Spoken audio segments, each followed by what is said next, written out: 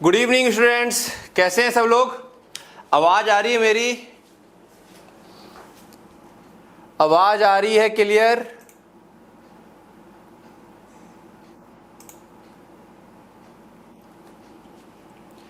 क्या मेरी आवाज क्लियर आ रही है और क्लियर दिख रहा है?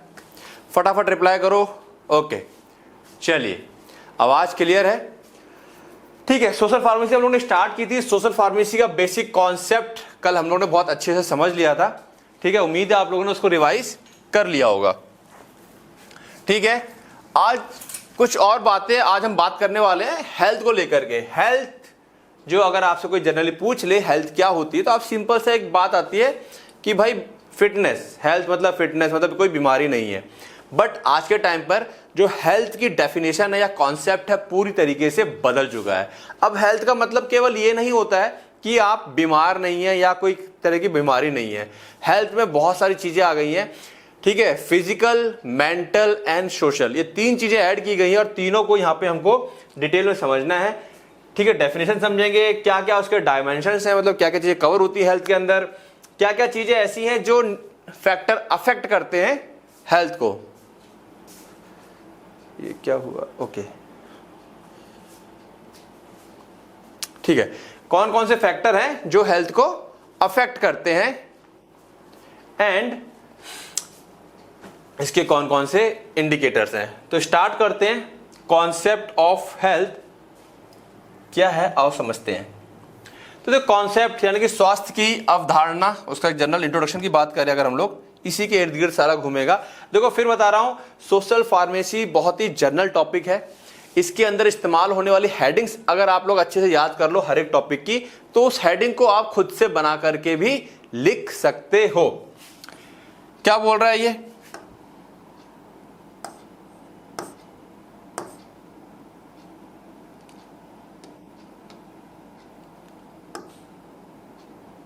Okay, the concept of health has evolved over the time. जो हेल्थ का कॉन्सेप्ट है वो समय के साथ इवॉल्व हुआ है, ठीक है ना, बड़ा है। From A purely biological view, पहले क्या था, सिर्फ बायोलॉजिकल व्यू। बायोलॉजिकल मतलब हम सिर्फ बॉडी देखते थे, फिट है तो हिट है, बॉडी में कोई बीमारी नहीं तो ओके है, ठीक है। To a more holistic approach, holistic मतलब होता है एक तरह से कंप्लीट, ठीक है, समग्र बोलते हैं हिंदी में। एक पूरा कंप्लीट पर्सपेक्टिव हम लोगों ने यहाँ पे दृष्टिकोण से अब उसको देखने लगे हैं, जिसके अंदर फिजिकल के साथ साथ इंसान की मेंटल का मतलब अगर कोई इंसान अपने मन के अंदर जैसे दिमागी तौर पे षड्यंत्र रचता है, क्रिमिनल माइंडेड है, तो उसको अब हम लोग हेल्दी नहीं कहते हैं, ठीक है। सोशल, तो कहीं ना कहीं जो इंसान सामाजिक नहीं है, जैसे अब इसमें बहुत सारी कंट्रोवर्सी मतलब डिबेट चलती रहती है कि भाई हेल्दी कैसे नहीं है।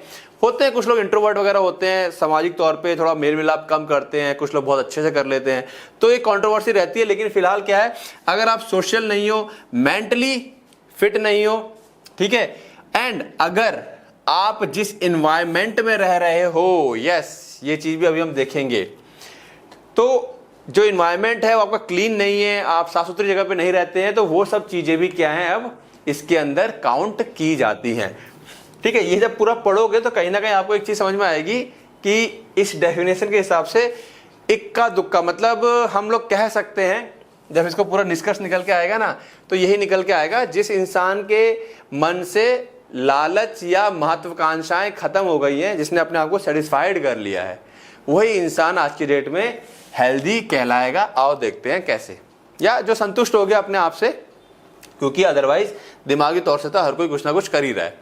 समझते हैं, चलिए।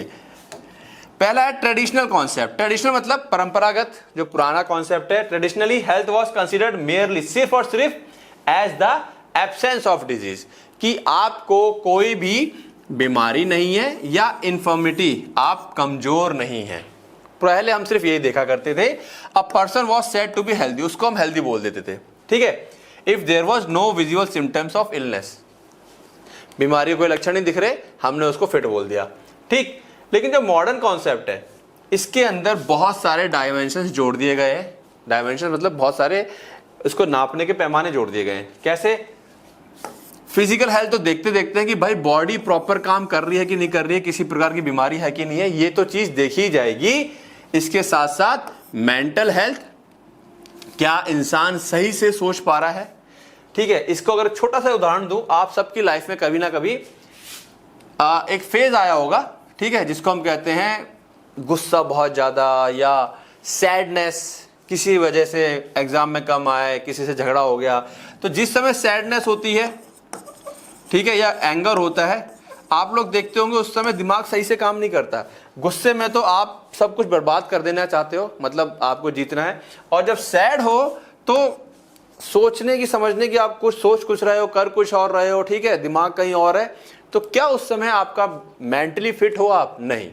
वो एक स्थिति ऐसी होती है। तो यहां से आप जज कर सकते हो, एक आइडिया ले सकते हो क्यों यहां पर हम लोगों ने एबिलिटी टू थिंक क्लियरली कहा है। ये भी होनी चाहिए। अगर आप सही से सोच ही नहीं पा रहे हो तो मतलब आप हेल्दी नहीं हो, डिसीजन नहीं ले पा रहे हो, ठीक है। मैनेज इमोशंस, आपको अपने इमोशंस पे कंट्रोल। अब मेंटल हेल्थ के अंदर क्या आ गया?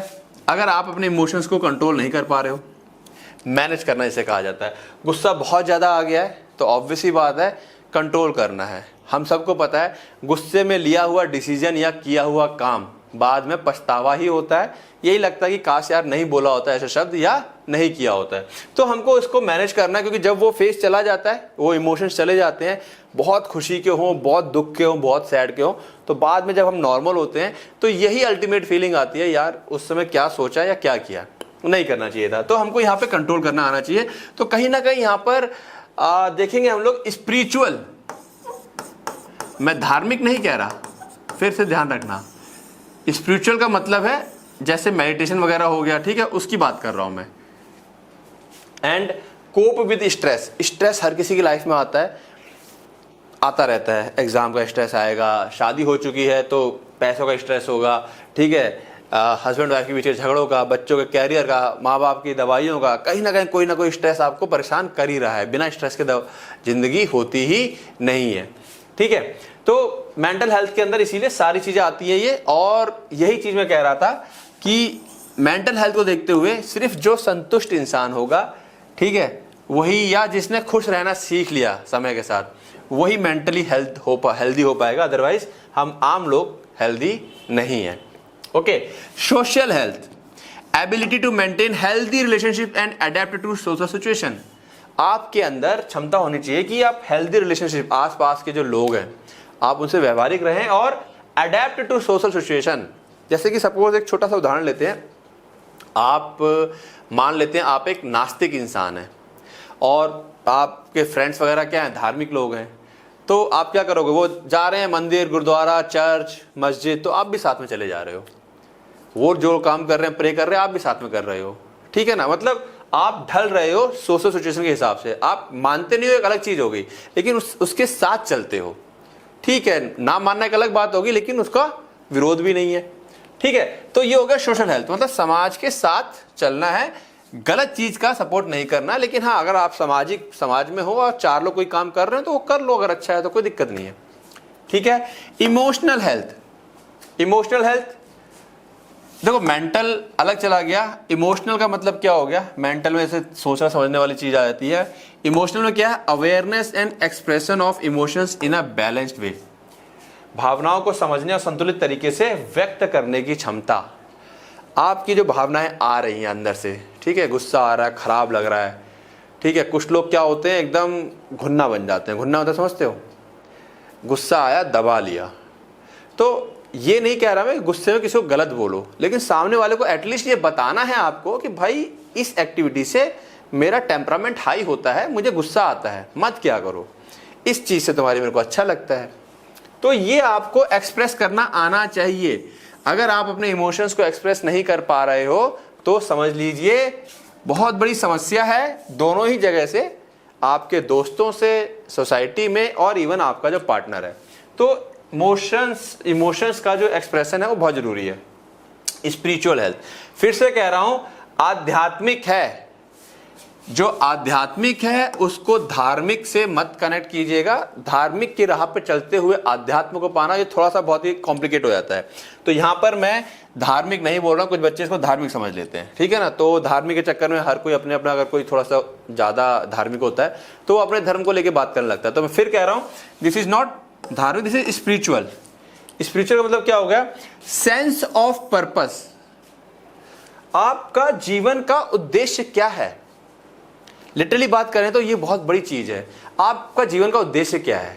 ठीक है, सोच के देखो। और ये बातें जब आप सुनते होगे तो लगता होगा अरे यार क्या बकवास कर रहा है।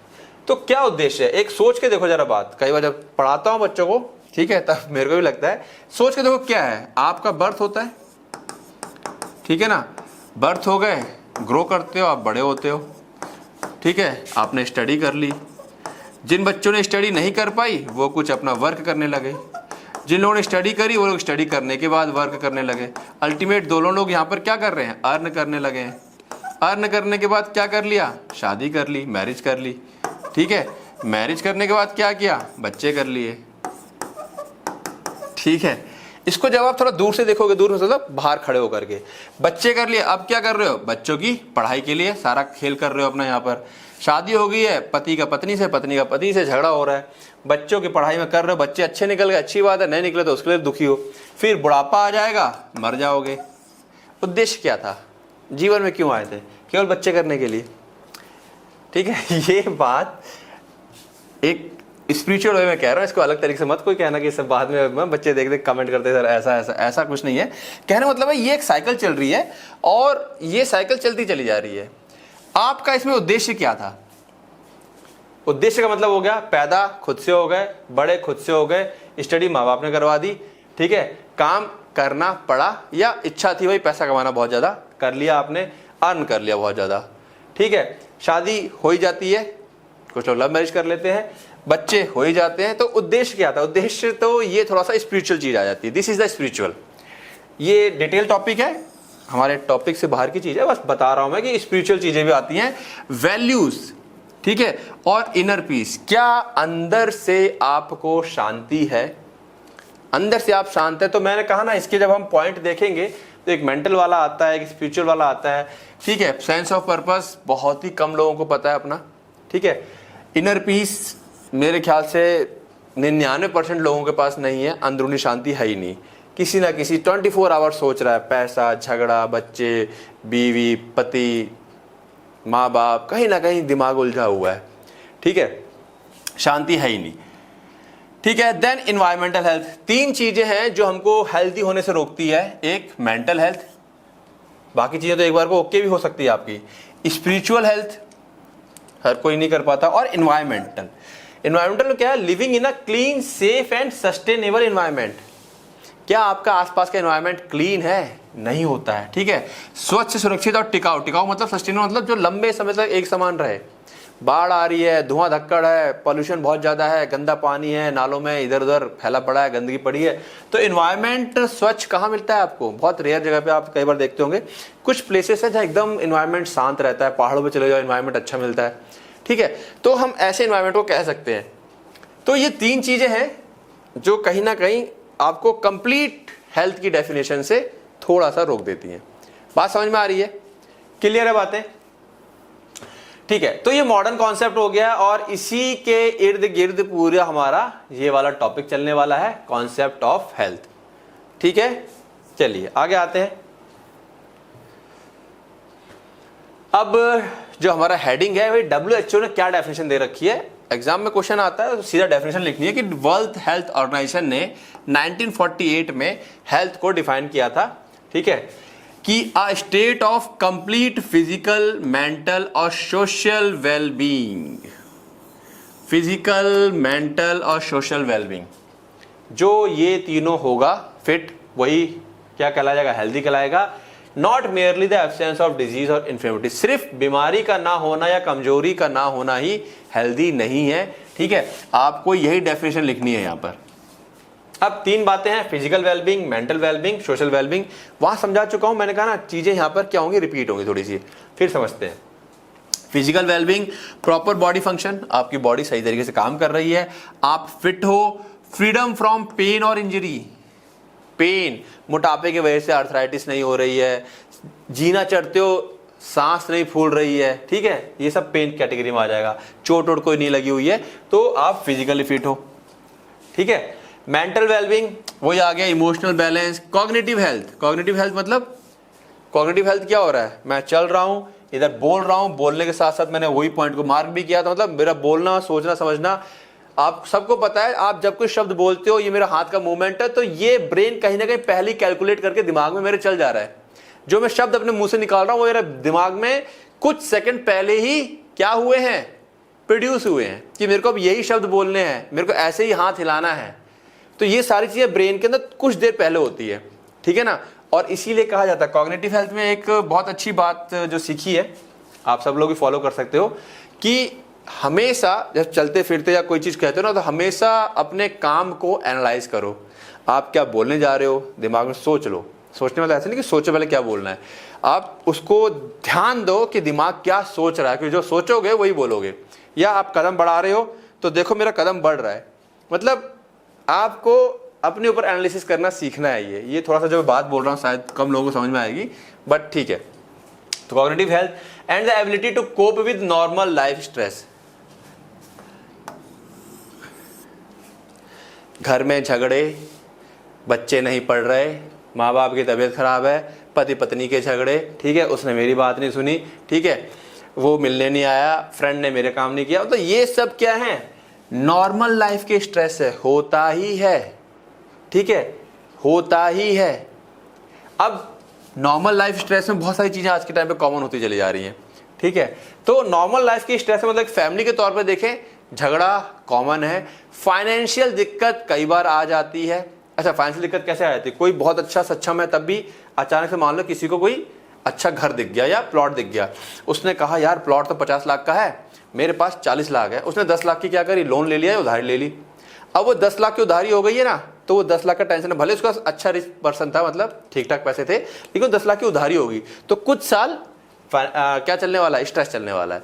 तो ठीक है, लाइफ के नॉर्मल स्ट्रेस हैं, ये आते हैं और चले जाते हैं, नथिंग इज परमानेंट, कुछ भी परमानेंट नहीं है।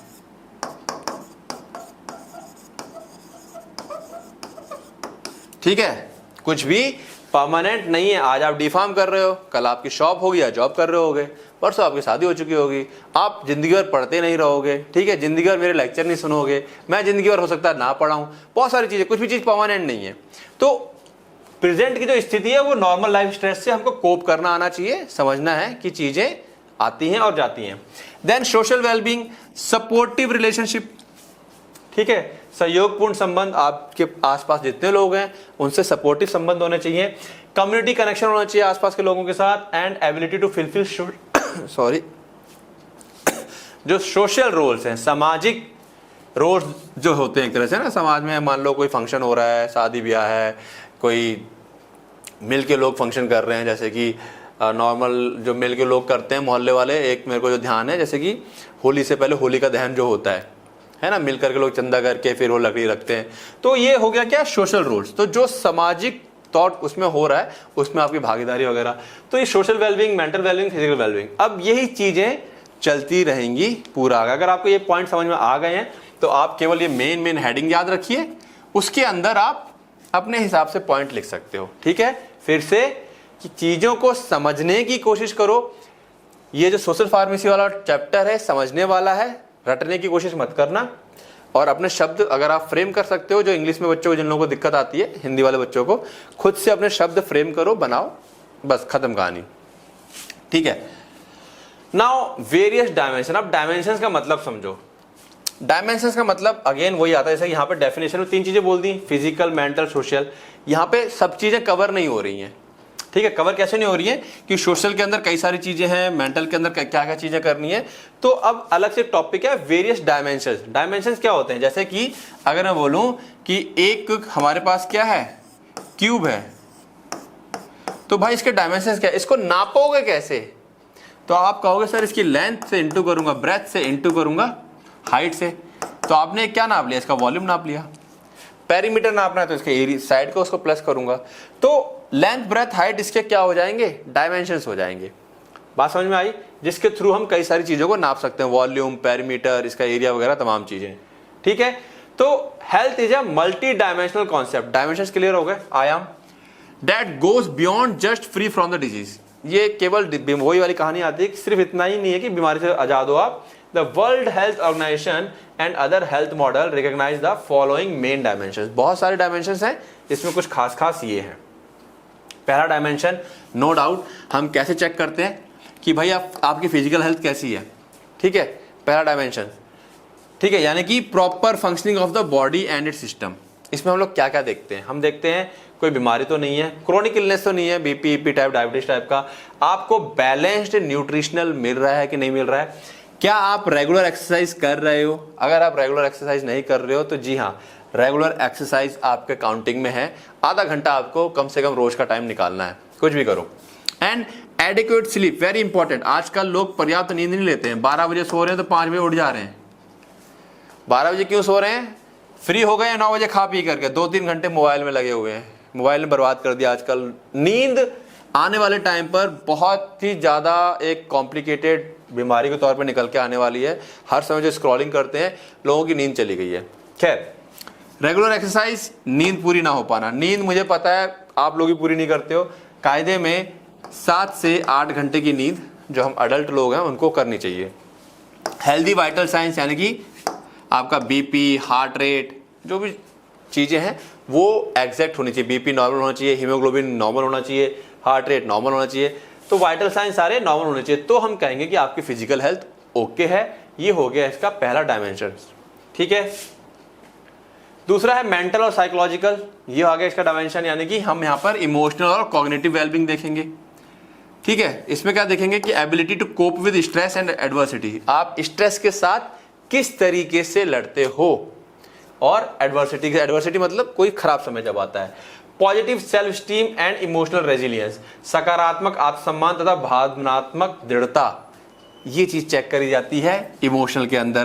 फ्रीडम फ्रॉम मेंटल डिसऑर्डर, कोई मेंटल डिसऑर्डर तो नहीं है, डिप्रेशन, चिंता, इस चीज से तो ग्रस्त नहीं हो, तो मेरे ख्याल से चिंता तो आज के टाइम पर 100% लोगों को ही है, थोड़ी बहुत तो होती है, बहुत ज्यादा ये एंजाइटी आती है, बहुत ज्यादा होती है। ठीक है, क्लियर है बातें। बात करें सोशल हेल्थ की, यहां पर क्या आगे वही आगे, ability to form and maintain healthy relationship. Healthy relationship आपको बनाने हैं, strong social support network, family, friend, community, 3 चीजें होती हैं। फैमिली में आपका अच्छा मतलब कनेक्शन रहना चाहिए, फ्रेंड्स के साथ अच्छा होना चाहिए, कम्युनिटी के साथ अच्छा होना चाहिए। क्लियर।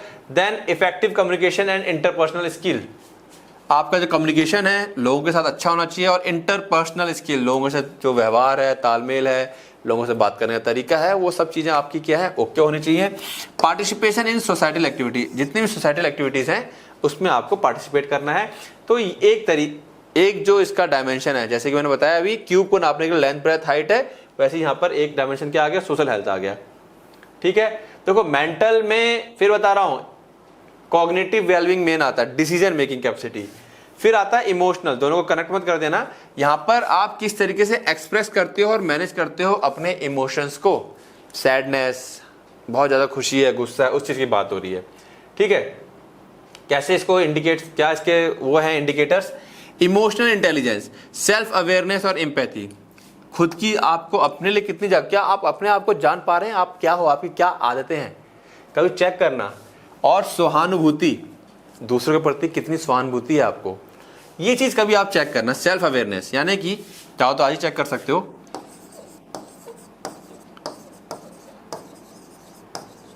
सेल्फ अवेयरनेस में क्या रहता है कि आप क्या देखोगे कि भाई सबसे पहले आप सबसे अच्छा क्या कर सकते हो, मतलब सबसे अच्छी आदत क्या आपकी, जिसको सब पसंद करते हैं, भले आप किसी को बताओ मत, या तो पता होता आपको, वो लिख लो यहाँ पर।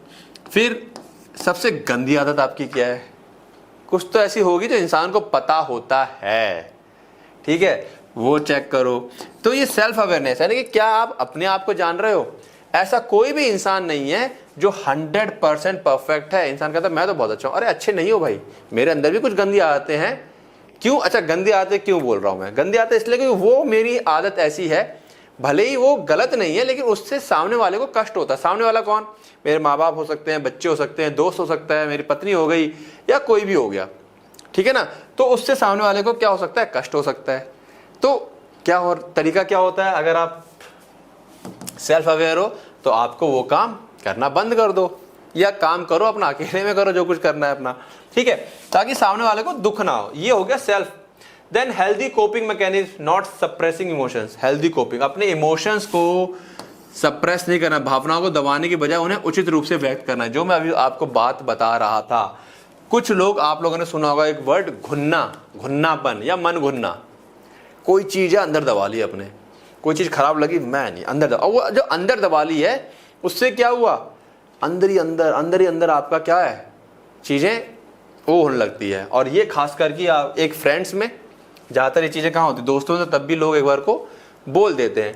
ये चीजें ज्यादातर वही होते हैं, कपल्स के अंदर हो गया, हस्बैंड वाइफ के बीच में रहता है। तो अपनी भावनाओं को आप दबा लेते हो, ठीक है। अच्छा, दबाने की वजह भी हो जाती है, एक बार बोल दिया, 10 बार बोल दिया, पार्टनर आपका नहीं सुन रहा, तो तब भी नहीं दबाना। आपको अपनी भावनाओं को दबाना नहीं है, उचित रूप से व्यक्त करना है, ठीक है। कोई चीज खराब लग गई है तो चिल्ला के नहीं, उचित रूप से। आपको खराब लग रहा है तो आप उसको, उस चीज को प्यार से या जैसे मर्जी है, आपको ऐसे बताना कि सामने वाले को बताना गलत ना लग जाए। अगर वो बताना ही गलत लग गया, सामने आप झल्ला के बोले या चिल्ला के बोले, तो सामने वाला कभी भी आपकी जो नाराजगी है या जो चीज खराब लग रही है वो नहीं समझ पाएगा, ठीक है। That is the healthy coping mechanism. मतलब आपको अपने इमोशंस जो हैं उसको एक्सप्रेस करना आना चाहिए, दबाना नहीं है। Very important. स्पिरिचुअल आ गया यहां पर अब, ठीक है। सेंस ऑफ पर्पस क्या है, मीनिंग एंड कनेक्शन। एक्चुअली ये डायमेंशंस में थे, लेकिन स्टार्टिंग में ही मैंने इसको इसलिए एक्सप्लेन कर दिया था ताकि एक कॉन्सेप्ट आपके दिमाग में सेट हो जाए, ठीक है। Meaning, connection to something greater, जीवन के उद्देश्य, अर्थ या किसी उच्च शक्ति से जुड़ाव का अनुभव। अब यहाँ पे उच्च शक्ति का मतलब फिर से कह रहा हूं मैं, क्योंकि साइंस है, साइंस में हम सुपरस्टिशन को नहीं मान सकते, तो यहाँ पे हम उच्च शक्ति जो है अध्यात्म, मतलब किसी बड़ी चीज या काम के लिए, ठीक है।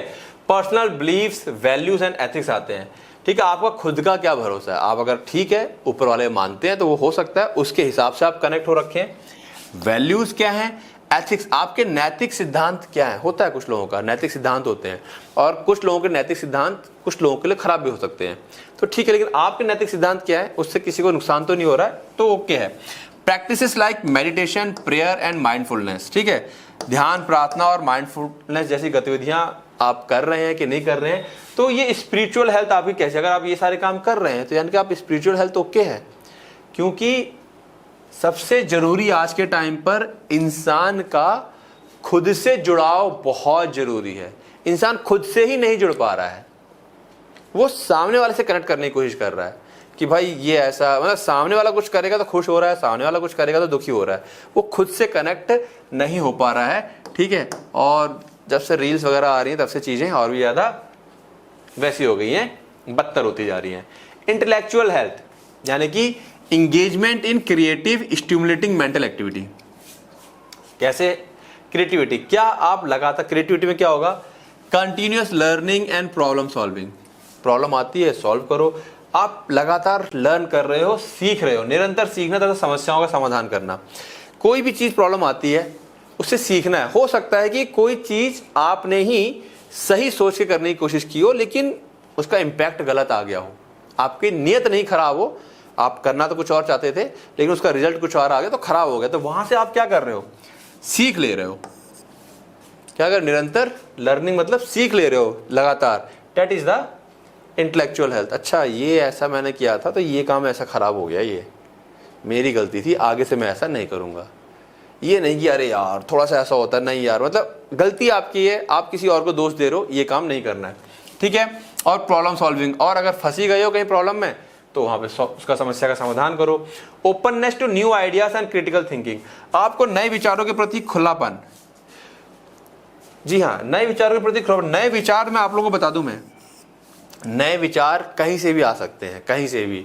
कुछ लोग ऐसे ना बांध लेते हैं, वो सोचते हैं जो उनसे बड़े हैं या कोई है ना मोटिवेटर टाइप का इंसान है उसका ही विचार लिया जाएगा, ऐसा नहीं होता है। कई बार आपसे छोटा, या जिसको आप मानते हो लो मानते हो, अपने से कई बार लो मानते हो, अरे यार ये तो कुछ भी नहीं है, वहां से भी कई बार क्या है थॉट्स या आइडिया आ जाते हैं। वो इंसान भी कई बार कुछ वो सिखा जाता है या वो बात बोल देता है जो आपको लगता है यार काम की तो है। तो आपको हर जगह से खुला रहना है, कहीं से कोई आइडिया आ रहा है तो एक्सेप्ट करो उसे, ठीक है। एंड क्रिटिकल थिंकिंग, आलोचनात्मक सोच, कोई चीज है तो उसका आलोचनात्मक मतलब पॉजिटिव नेगेटिव आपको दोनों चीजें सोचनी आनी चाहिए, ठीक है। ये हो गया आपका इंटेलेक्चुअल। अगर आप किसी की पॉजिटिविटी सोच रहे हो तो उसमें क्या नेगेटिव है ये भी आपको आना चाहिए, ठीक है। देन आ गया अपना environment, living in harmony with safe and sustainable environment, पर्यावरण के साथ सुरक्षित और सतत पर्यावरण के साथ सामंजस्यपूर्ण जीवन जीना। क्या आ गया इसमें, यानी कि आपके पास अच्छी हवा है, पानी है और स्वच्छता है तो ठीक है। Reduced exposure to toxin and pollution, आप जब घर से बाहर निकलते हैं तो टॉक्सिन्स और पॉल्यूशंस का एक्सपोजर आपकी बॉडी से, आपके सांस के द्वारा आपकी बॉडी में नहीं जाना चाहिए या ना के बराबर जाना चाहिए, तो ही उसको आप वहां पे क्या कहलाएंगे, हेल्दी कहलाएंगे, ठीक है। नाउ ऑक्यूपेशनल या वोकेशनल हेल्थ, व्यवसायिक या पेशागत, आपका जो पेशा है क्या आप उसे सेटिस्फाइड है, and safety in one's work life, क्या आप सेटिस्फाइड और सेफ फील करते हो, यार मैं जो एक काम कर रहा हूं मेरी लाइफ आगे सेफ है और मैं सेटिस्फाइड हूं। अगर ऐसा नहीं है तो फिर बेकार है मामला, फिर आप हेल्दी की कैटेगरी में नहीं आओगे, यानी कि वो इंसान फिर हेल्दी हो ही नहीं सकता है, उसका दिमाग कहीं ना कहीं चल रहा होगा, ठीक है। वर्क लाइफ बैलेंस, हो सकता है आप अच्छा कमा रहे हो, ठीक है, आप कोई जरूरत थी, आपने एक ऐसी जॉब पकड़ ली जहां आपको अच्छी इनकम मिल रही है, आपके घर की जरूरतें सारी पूरी हो रही हैं, लेकिन अब आप क्या हो गया है, घर पे टाइम ही नहीं दे पा रहे हो, बीवी को, बच्चों को, माँ बाप को, दोस्तों को, आप अकेले पड़ गए हो, तो आपका बैलेंस बिगड़ गया, तो भी मामला गड़बड़ हो गया, हेल्दी लाइफ नहीं है। जॉब सिक्योरिटी एंड फुलफिलमेंट, क्या जॉब को लेके आप सुरक्षा फील करते हो, सिक्योरिटी मतलब जॉब में आपकी सिक्योरिटी है कि आप निकाल नहीं जाओगे लाइफ टाइम, वहां पे जब तक है 60 साल जो भी आपकी जॉब की टाइमिंग है वहां पे आप जॉब करोगे, ठीक है ना। नौकरी की सुरक्षा तथा कार्य से संतुष्टि, तो फुलफिलमेंट आ रहा है कि नहीं आ रहा, तो ये सब चीजें यहाँ पे देखो, ऑक्यूपेशन भी आ गया, ठीक है। तो ये सारे डायमेंशंस हैं, अगर ये सब चीजें पॉजिटिव है जो हमने यहाँ देखी तो हम किसी को कहेंगे कि वो हेल्दी है, और अगर ये सब चीजें पॉजिटिव नहीं है तो हम उसको हेल्दी नहीं बोल सकते, ठीक है। बात समझ में आई। तो आपको केवल मेन अगर हेडिंग भी याद आ जाती है, 8-10 हेडिंग है जो ये 7-8, उसमें आप एक एक लाइन में इसको चाहो तो अपना एक्सप्लेन कर सकते हो, हेडिंग मेन है, ठीक है। अब डिटर्मिनेंट्स, डिटर्मिनेंट मतलब फैक्टर्स, डिटर्मिनेंट्स, ठीक है, निर्धारक of health are the various factor, कौन कौन से फैक्टर्स हैं जो प्रभावित करते हैं, इन्फ्लुएंस एन इंडिविजुअल, किसी इंसान की हेल्थ को या पूरी कम्युनिटी की हेल्थ को जो अफेक्ट करते हैं उनको हम कहते हैं डिटर्मिनेंट ऑफ हेल्थ। अब देखते हैं इसको कौन कौन चीजें अफेक्ट करती हैं। तो WHO ने कुछ लिस्ट बनाई है जिसमें पहला है इंडिविजुअल डिटर्मिनेंट, पर्सनल की, खुद की, जैसे बायोलॉजिकल एंड जेनेटिक। अब किसी का जेनेटिक बहुत अच्छा है ना, कोई लंबा चौड़ा आदमी हो जाता है, और किसी का जेनेटिक कोई पतला सा है, दुबला सा है और छोटा सा है, कमजोर सा है, कोई बहुत मोटा है, तो जेनेटिक में किसी का जोर नहीं चलता। तो हेल्थ, बायोलॉजिकल और जेनेटिक, ठीक है ना। आपकी उम्र, सेक्स, जेनेटिक्स और फैमिली हिस्ट्री, इन चीजों पर भी एक इंसान की जो क्या है हेल्थ है वो डिसाइड होती है। जैसे एग्जांपल करें, इनहेरिटेड कंडीशन लाइक किसी को माँ बाप से डायबिटीज या हाइपरटेंशन मिल गया है, अब वो बेचारा क्या करे, जेनेटिक था, वो चाह के भी नहीं रोक सकता था। बात समझ में आ रही है, ठीक है। तो ये आ गया बायोलॉजिकल और जेनेटिक, यानी कि इंडिविजुअल डिटर्मिनेंट्स, जो इंसान के अपने खुद के डिटर्मिनेंट्स हैं, जो उसके हाथ में भी नहीं है फिलहाल, ठीक है।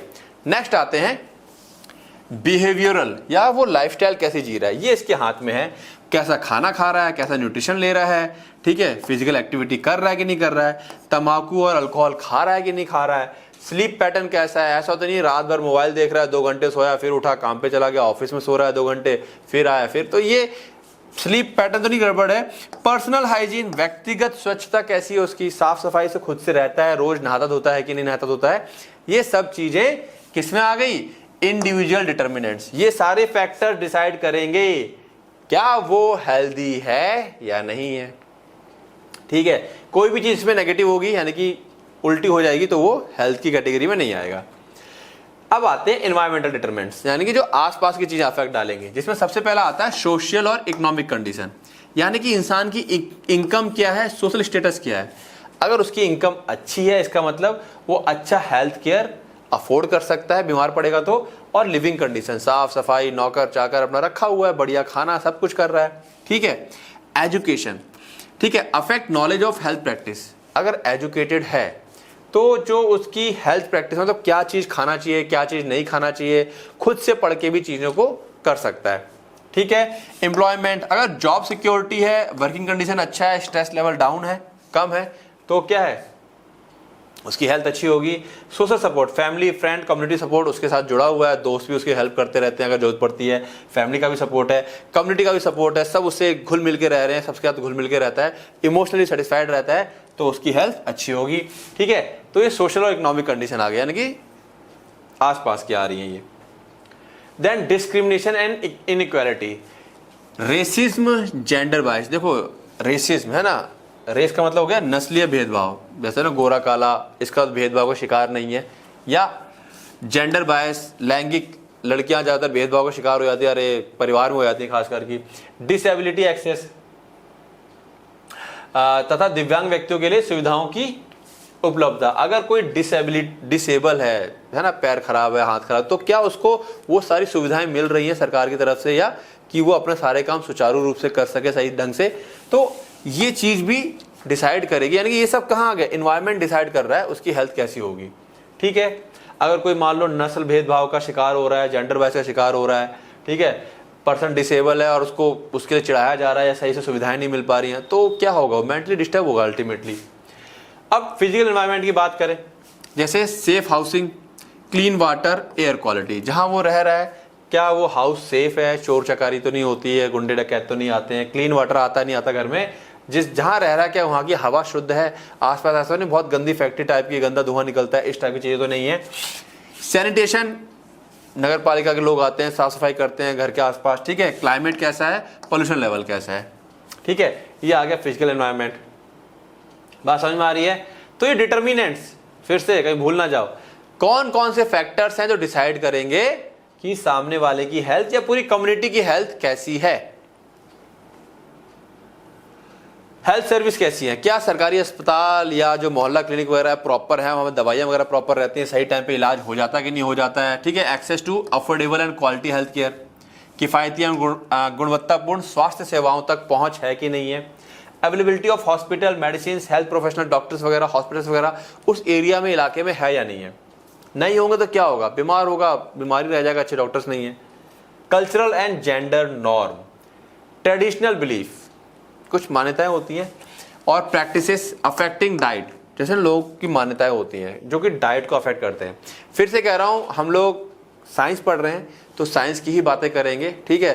कोई बच्चा जो साइंस की बातें होंगी या उसमें कई बार कुछ चीज साइंस के हिसाब से बातें करता हूं मैं, तो उसको धार्मिक तरीके से जोड़ने की कोशिश ना करे, ठीक है। जिस तरीके से अलग अलग धर्म होते हैं वैसे साइंस हम पढ़ रहे हैं, तो साइंस अभी हमारा धर्म है, हम साइंस के हिसाब से बातें करेंगे, उसमें कोई भी अपना पर्सनल बात को नहीं जोड़ेगा, ठीक है। बता देता हूं, कई बार ऐसी चीजें हो जाती हैं तो मैं पहले बोल दे रहा हूं। Traditional belief and practice affecting diet, जो आपकी वो है पारंपरिक मान्यताएं हैं या प्रथाएं हैं, जिससे कि आप जो खा पी रहे हैं, ठीक है, आप जो इलाज ले रहे हैं, आप जो केयर ढूंढ रहे हैं, वो चीज आपकी रुक जाती है, ठीक है। जैसे कि आपको मैं सिंपल सा उदाहरण दूं, डाइट का एक छोटा सा उदाहरण दे सकते हैं कि डाइट में कुछ लोग क्या है वेजिटेरियंस होते हैं, कुछ लोग नहीं खाते हैं कुछ कारणों से, बिलीफ की वजह से और अलग तरीके से। लेकिन साइंस के अकॉर्डिंग रियलिटी यही है, जब तक आप एनिमल फूड नहीं खाते हो आपका प्रोटीन डाइट कंप्लीट नहीं होता है, ठीक है, ये रियलिटी है। देन ट्रीटमेंट वगैरह, इसमें एग्जाम्पल देखते हैं। एग्जाम्पल है cultures believe in herbal remedies, बहुत से कल्चर ऐसे हैं जहां पे वो लोग एलोपैथिक की तरफ जाना ही नहीं चाहते हैं, हर्बल रेमेडीज पे रहना चाहते हैं। वेजिटेरियनिज्म, कि भाई नहीं हम केवल सब साग सब्जी खाएंगे, एनिमल कुछ नहीं खाएंगे। फास्टिंग, व्रत रखना, ठीक है। देन मेंटल इलनेस, ठीक है, जब मानसिक बीमारी होती है कई बार तो डॉक्टर के पास नहीं जाते हैं, वो कहते हैं कि नहीं, कुछ उनकी मान्यताएं होती हैं या अंदर से उनको खराब लगता है, जो भी है। HIV एड्स होता है, लोग बताना नहीं चाहते, जबकि रियलिटी आज के टाइम पे क्या है, अगर किसी को HIV एड्स है तो प्रॉपर इलाज है उसका, और उस इलाज के थ्रू वो एक अच्छी और आराम से जिंदगी अपनी जी सकता है। मे कैरी सोशल स्टिग्मा, तो ये सब चीजें है ना, तो सोशल स्टिग्मा मतलब कलंक की तरह लोग देखते हैं, और उसकी वजह से क्या हो जाता है, डिले हो जाता है ड्यू टू शाइनेस, शर्मा रहे हैं, या फेथ इन रिलीजियस हीलिंग, या वो लोग क्या मान रहे हैं कि भाई धार्मिक तरीके से हमारा ठीक हो जाएंगे हम। इन सब चीजों की वजह से डिले हो जाती हैं चीजें, ठीक है। तो कल्चरल एंड जेंडर नॉर्म, आगे देखते हैं। जेंडर की बात कर लें, कल्चर की बात हो गई, तो किस तरीके से हेल्थ अफेक्ट करती है। जेंडर की बात करें, gender role affecting access to health services specially for womens. बहुत सी लेडीज हैं जो अपने इवन गांव देहात में अभी भी है कि उनकी कुछ प्रॉब्लम्स होती है तो वो नहीं जाती डॉक्टर के पास, क्योंकि वहां पे एक मेल डॉक्टर बैठा हुआ है, ठीक है। Example, men may avoid seeking help due to norms around being tough और इमोशनली स्ट्रांग।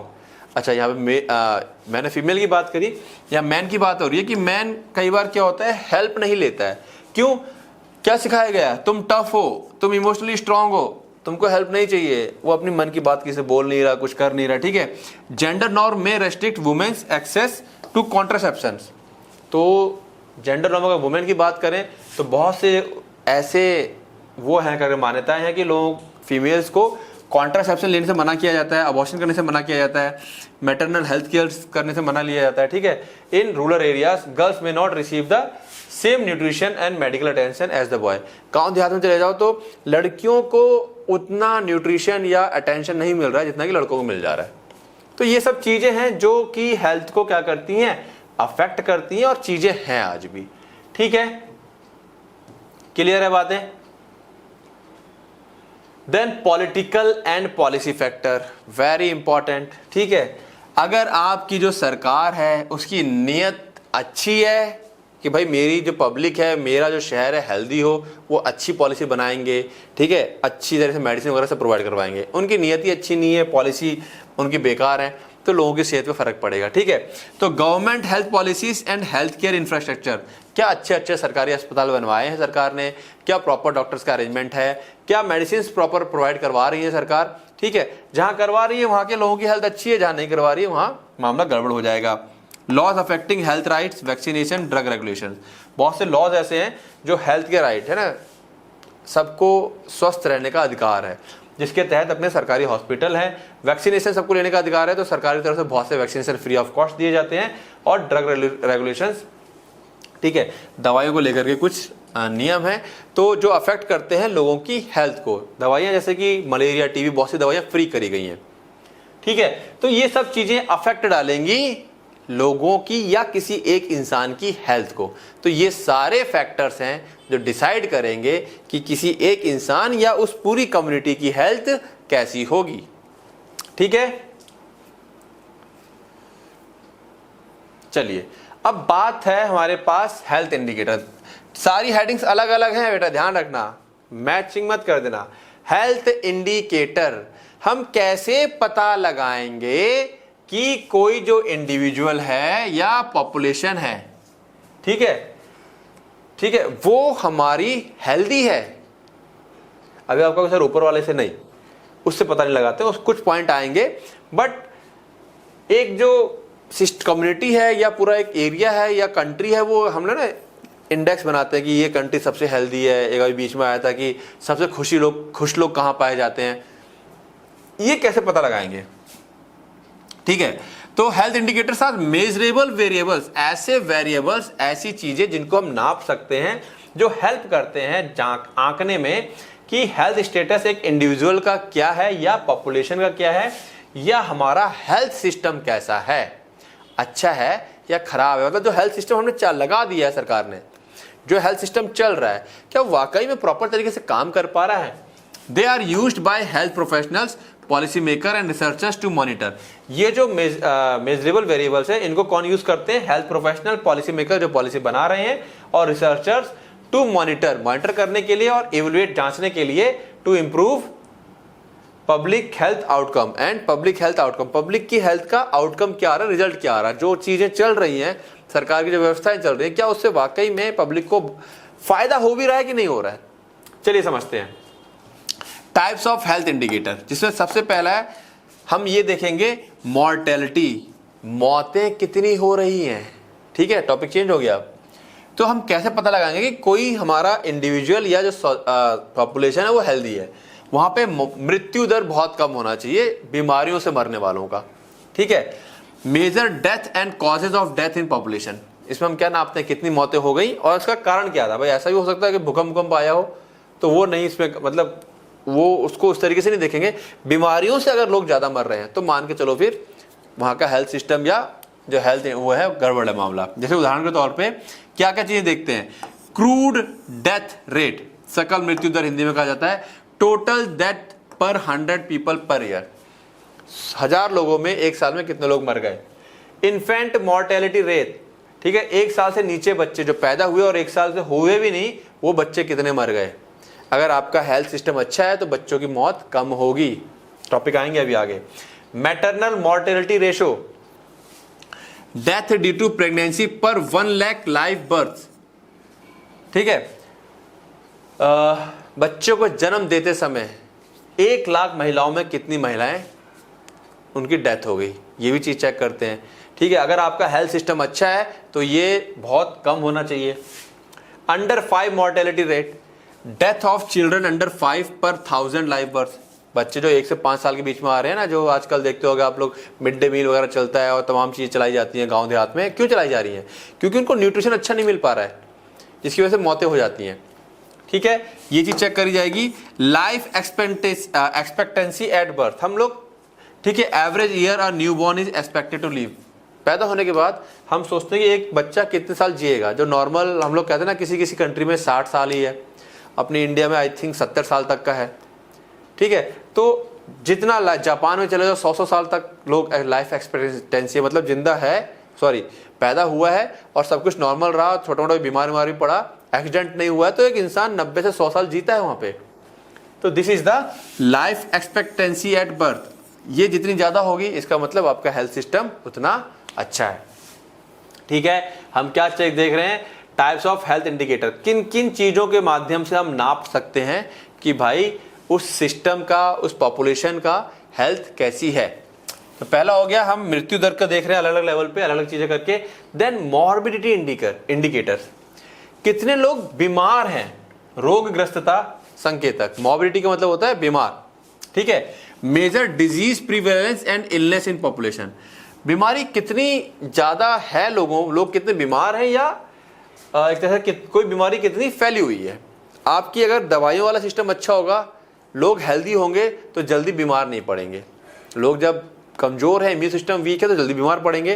चेक करेंगे इसमें, जैसे एग्जांपल देखें, incidence rate, new cases of disease in a given time period, एक टाइम पीरियड में कितने नए केस आए। हेल्दी लोग होंगे तो नए केस कम आएंगे, कमजोर लोग होंगे, न्यूट्रिशन अच्छा नहीं है, तो वहां बीमारियां ज्यादा होंगी। Prevalence rate, total existing cases of a disease at a given time, नए केस कितने आए वो देख लिया। फिर टोटल एग्जिस्टिंग केस, मतलब जो पहले से थे और नए मिला करके टोटल चेक किया जाते हैं। Disability adjusted life year lost due to illness and disability, आप एक बार डिसेबल हुए या बीमार हुए तो कितने साल आपके खराब हुए पैदा होने से लेकर के मरने तक, तो वो चीज चेक की जाती है। मान लो बीमार होते होते आपके जहां पर आपका हेल्थ सिस्टम अच्छा होगा आप जल्दी से ठीक हो जाएंगे, रिकवर कर लेंगे। जहां पे हेल्थ सिस्टम अच्छा नहीं है आप लंबे समय तक बीमार रहेंगे। जब लंबे समय तक बीमार रहेंगे तो आपके जो नंबर ऑफ डेज होंगे बीमारियों में वो ज्यादा जाएंगे। ठीक है, तो हमने क्या चेक किया, लोग कितने बीमार पड़ते हैं और उसके क्या इंपैक्ट हैं अलग अलग। देन न्यूट्रिशनल इंडिकेटर, हम देखते हैं यहाँ पर assess dietary health and malnutrition. ठीक है, पोषण की स्थिति तथा कुपोषण का आकलन करते हैं, कितने लोगों को अच्छी डाइट मिल पा रही है, कितने लोगों को नहीं मिल पा रही तो कुपोषण के शिकार है। जैसे एग्जांपल के तौर पर कैसे चेक करते हैं, ये स्टंटिंग, ठिगनापन कहते हैं ना हम लोग, बच्चा पतला दुबला सा है, नाटा सा रह गया है। ठीक है, लो हाइट फॉर एज, जितनी एक एज पे आकर जितनी हाइट होनी चाहिए उतनी हाइट नहीं है। Chronic mall nutrition in children, ये इंडिकेट करता है बच्चों में माल न्यूट्रिशन है बहुत लंबे समय से। वास्टिंग, वास्टिंग मतलब लो वेट। ठीक है, जितनी हाइट हो गई है पतला सा है बच्चा, एकदम वेट नहीं बढ़ा उसका। ठीक है, एक्यूट माल न्यूट्रिशन इंडिकेट करेगा। बॉडी मास इंडेक्स, जिसको हम बीएमआई कहते हैं, weight to height ratio, underweight or overweight के लिए चेक करते हैं। ओवर वेट हो तो मोटापा है, अंडर वेट हो तो माल न्यूट्रिशन हो जाएगा। ये नॉर्मल हम लोग अपना चेक कर लेते हैं। Anaemia prevalence, percentage of population with low haemoglobin level, haemoglobin level कितने में कम है, जबकि हीमोग्लोबिन एक बहुत ही कॉमन फैक्टर है, सबका ओके होना ही चाहिए। ठीक है, तो हमने यहाँ क्या क्या देखा, न्यूट्रिशनल इंडिकेटर, इसको चेक करने के लिए हमने क्या क्या चीज चेक कर ली, stunting, wasting, body mass index और एनीमिया प्रिवलेंस। इसी तरह हम फिर देखते हैं health care access and utilisation indicator. ठीक है, यहां हम मेजर करते हैं availability and use of health service, कितनी हेल्थ सर्विसेज अवेलेबल है और लोग कितना उसको यूज कर पा रहे हैं। कई बार ऐसा भी होता है कि सर्विस तो अवेलेबल है बट लोग यूज नहीं कर पा रहे हैं।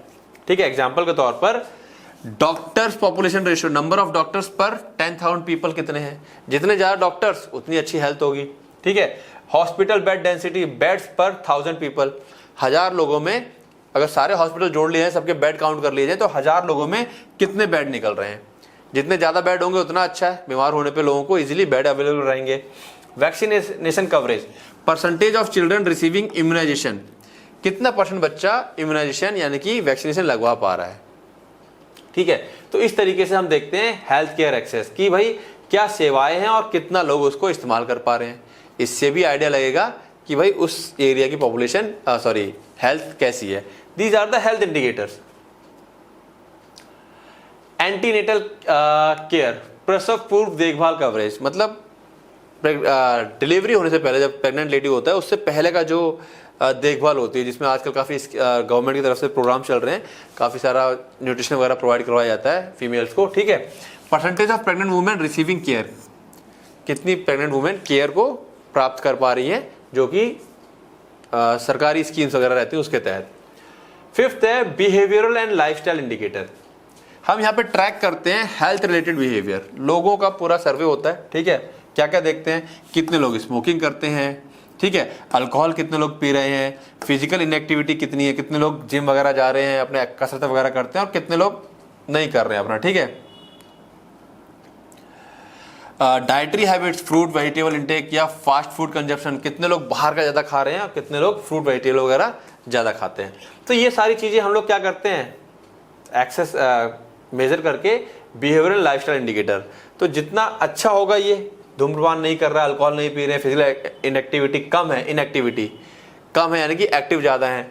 ठीक है, डाइटरी हैबिट अच्छी है, इसका मतलब वो पॉपुलेशन हमारी हेल्दी हो जाएगी। ठीक है, देन एनवायरमेंटल हेल्थ इंडिकेटर, भाई सराउंडिंग इम्पैक्ट, हमने कहा ना बाहर की अगर हवा पानी खराब है तो फिर इंसान क्या रहेगा, बीमार रहेगा। तो यहाँ पर हम देख रहे हैं access how surrounding impact health, हम यहाँ पे क्या आंकते हैं कि सराउंडिंग का क्या इम्पैक्ट पड़ रहा है। जैसे एक्सेस टू क्लीन वाटर, अगर क्लीन वाटर आएगा तो लोग बीमार नहीं पड़ेंगे, टंकियों से पानी आता लोगों के घरों में, क्लीन होना चाहिए। ठीक है, कितना percent population safe drinking water कर रही है। एयर क्वालिटी AQI इंडेक्स, जिसके पीछे बड़ा ही बवाल रहा था करके, ठीक है, तो काफ़ी ज़्यादा है, अपनी कंट्री में कुछ एरिया में बहुत ही ज़्यादा है करके। ठीक है, लेवल ऑफ पॉल्यूटेंट बताता है कि भाई कितना एयर पॉल्यूटेड है, गंदी है। Sanitation coverage, percentage with improved sanitation facility. ठीक है, साफ सफाई जो है आसपास के माहौल में, गंदगी होती है, चीज़ें होती हैं, तो वो साफ सफाई कचरा वगैरह उठाने की प्रॉपर व्यवस्था है या नहीं है। तो ये सारे इन्वायरमेंटल हेल्थ इंडिकेटर हैं। क्लीन वाटर होना चाहिए, हवा साफ होनी चाहिए, साफ सफाई प्रॉपर रहनी चाहिए, तो वो इलाका या उस पॉपुलेशन में जो लोग हैं वो कैसे होंगे, हेल्दी होंगे। ठीक है,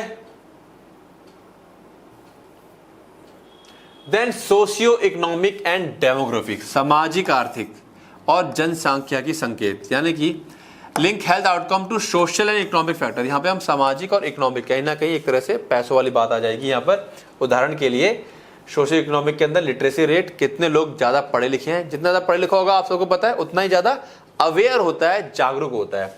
ठीक है, एजुकेशन इंपैक्ट करती है हेल्थ के ऊपर, ये बात हम सब अच्छे से जानते हैं। Poverty rate, percentage living below the poverty line, जितना आदमी गरीब होगा उतना अच्छा नहीं खाएगा, वो कैसा खाएगा, राशन वाला खा रहा है अपना, ठीक है, थोड़ा सा खा लिया, आलू खा रहा है, सस्ते सब्जियां खा रहा है, तो जितना आदमी गरीब होगा उतना ही अच्छा खाना नहीं खा पाएगा। अनएम्प्लॉयमेंट रेट, ठीक है, job stability affect on health, जितना ज़्यादा अनएम्प्लॉयमेंट होगा, पैसे ही नहीं होंगे, पैसे नहीं होंगे तो अगेन खाने पीने पे फर्क पड़ेगा, खाने पीने पे फर्क पड़ेगा तो हेल्थ पे फर्क पड़ेगा। जीनी कोएफिशिएंट कहा जाता है इनकम इनइक्वालिटी मेजर, ठीक है, आय असमानता को मापने का सूचकांक, कि जो लोग हैं उनमें आय का जो इनइक्वालिटी है वो कितनी ज़्यादा है। तो ये सब चीज़ें चेक करके हम लोग सोशियो इकोनॉमिक और डेमोग्राफिक इंडिकेटर कहते हैं। तो यहाँ से एक आइडिया लगता है कि भाई समाज में क्या चीज़ चल रही है जिससे कि वहाँ के लोगों की हेल्थ कैसी होगी। ठीक है, काफ़ी सारे पॉइंट अगेन यहाँ पर आपको कंफ्यूज कर सकते हैं, मैचिंग से लग सकते हैं। तो ध्यान रखना 3 हेडिंग जो अलग अलग पढ़ी है हमने, उसके अंदर के आपको सबसे पहले क्या करने हैं, हर एक हेडिंग के अंदर के आप सबसे पहले मेन जो पॉइंट है 1 2 3 वो मेन पॉइंट पहले दिमाग में सेट करेंगे। अच्छा इसके अंदर ये पॉइंट है, इसके अंदर ये पॉइंट है, अदरवाइज कंफ्यूजन होगी। जो लास्ट लेक्चर पढ़ा था लेक्चर नंबर 1 उसकी भी यही कहानी है। हर एक हेडिंग के अंदर आपको मेन पॉइंट पहले दिमाग में सेट कर लेने हैं, पॉइंट सेट होने के बाद सब कुछ ओके हो जाएगा। ठीक है, क्लियर है? चलिए इसको पढ़िएगा, रिवाइज कीजिएगा। मिलते हैं कल नए टॉपिक के साथ। ये चैप्टर अभी आई थिंक 1 या 2 दिन और ले लेगा, तो 2 लेक्चर हो गए इसके, शायद 2 लेक्चर और होने चाहिए इसके, जो भी है। ठीक है, पढ़ते रहो, रिवाइज करते रहो। मिलते हैं कल। Okay, good night.